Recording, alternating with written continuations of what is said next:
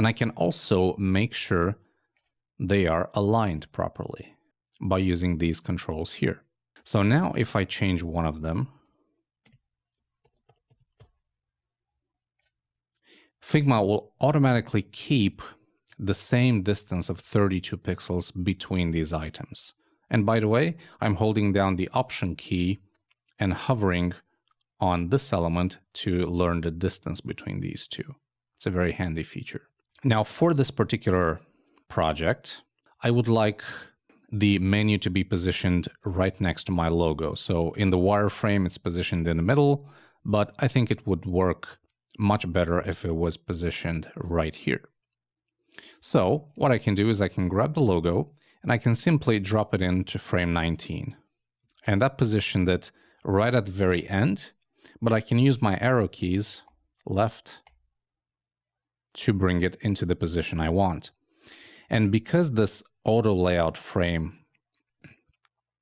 is set to align items vertically, everything is aligned automatically for me. And of course I can change it like this, and so on, but I prefer vertical. And I'm also going to change the spacing to 64 pixels. Again, a multiple of 8. So then let me just bring this and align it with the grid or with the guides. And now let's start working on these two links. Let's go back to our assets and check out our typography.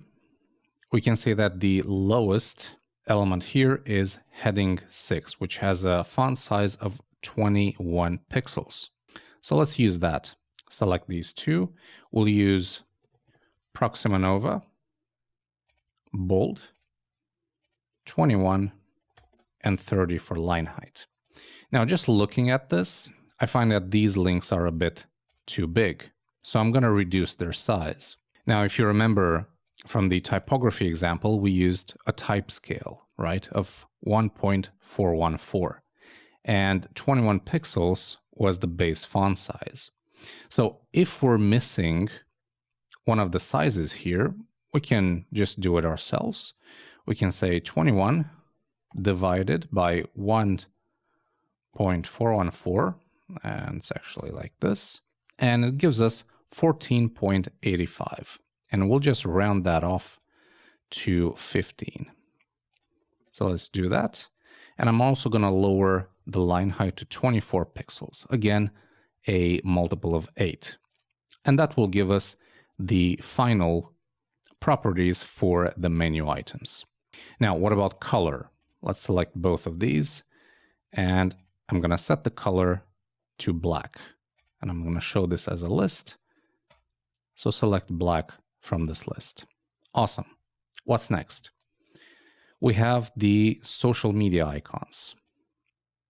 Now for the social media icons, I'm actually going to use icons from a different icon set called Forge icons, which are these right here. So I'm going to search for Twitter, click and drag here.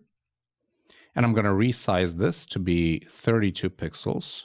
Now, by resizing it like this, we actually encountered a small problem because the icon uses kind of a stroke for the lines. So whenever I resize it using that method, the stroke just keeps getting thicker and thicker.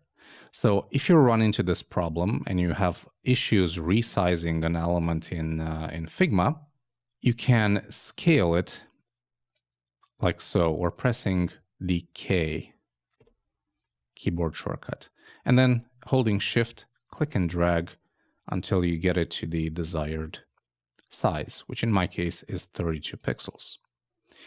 Okay, what else? We had Instagram and Dribbble. So let's grab those. Again, K, and resize this to 32. Like that. And finally, Dribbble. And this is actually a bad rendering of that icon. See how the lines are kind of messed up here? Figma does that sometimes, unfortunately. It's one of its drawbacks. It doesn't render correctly some SVGs.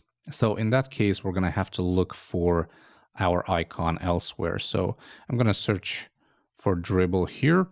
And as you can see, we can find roughly the same icon in Font Awesome.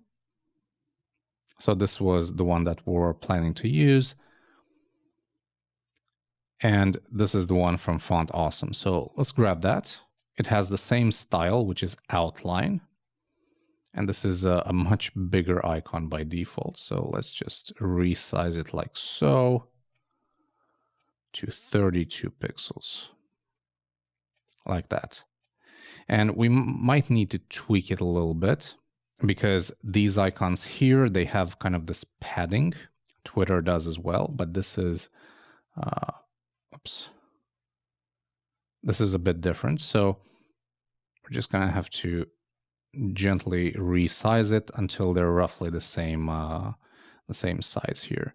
So let's also grab a guide and align them like that. And one here.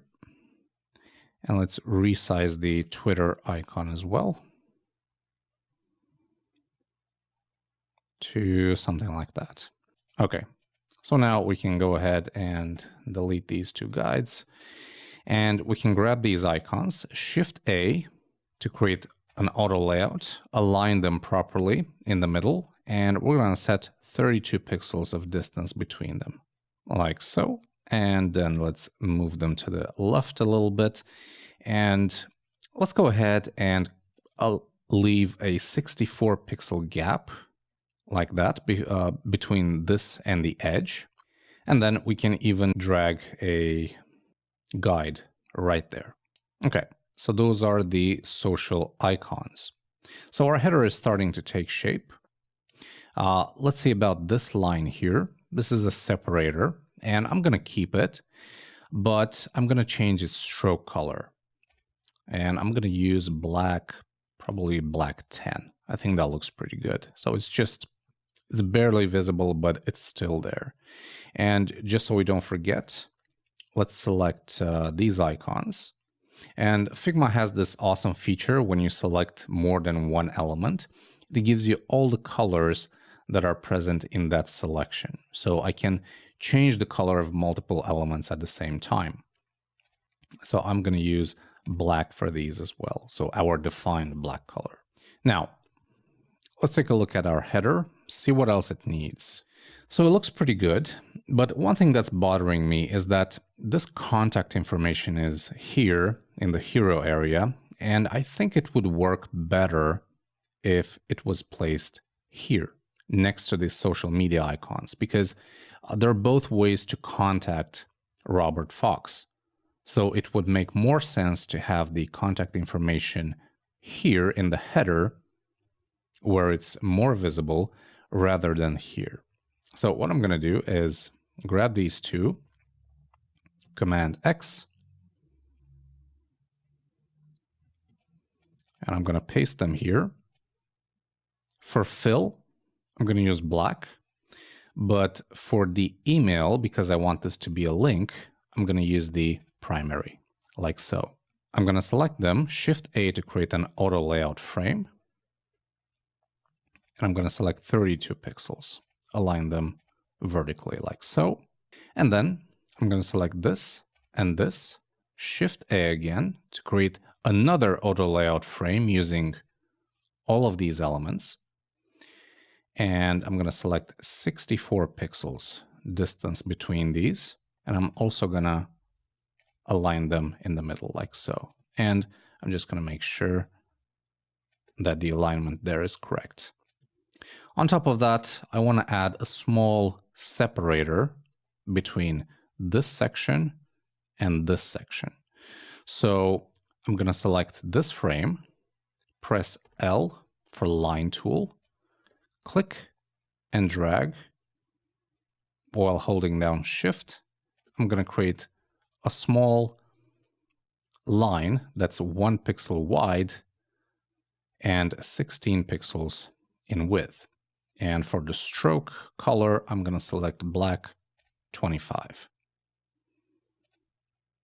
And because I used auto layout, simply by inserting that element into the parent frame, all the other elements were pushed aside to make room for it. So now we have this bit, which sits nicely at 64 pixels between the left side and the right side. Now, I also want to add some top padding and bottom padding for this section.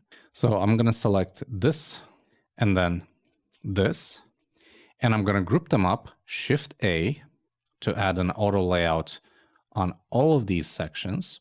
And I want to make sure they are properly aligned at all times. And here's a cool thing in Figma. Right now, Figma automatically set a 486 pixel spacing between these items. But what I can do is I can select the parent element and I can set the item distribution to space between instead of packed. And that will basically push one element to the left. So this left side will be pushed to the left, and this right side will always be pushed to the right, regardless of the size of the parent, which is fantastic. Now what I can also do is I can set a padding on the top of 32 pixels and a padding on the bottom of 32 pixels. And I can grab this element and align it at the top of the page. So now I can take this, I can move it down.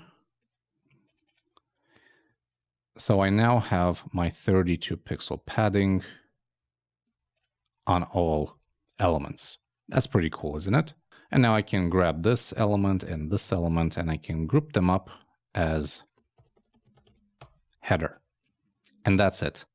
And now, for instance, if I want to change the size of this header, all the elements stay exactly where they need to. This is one of the awesome things about Figma auto layout.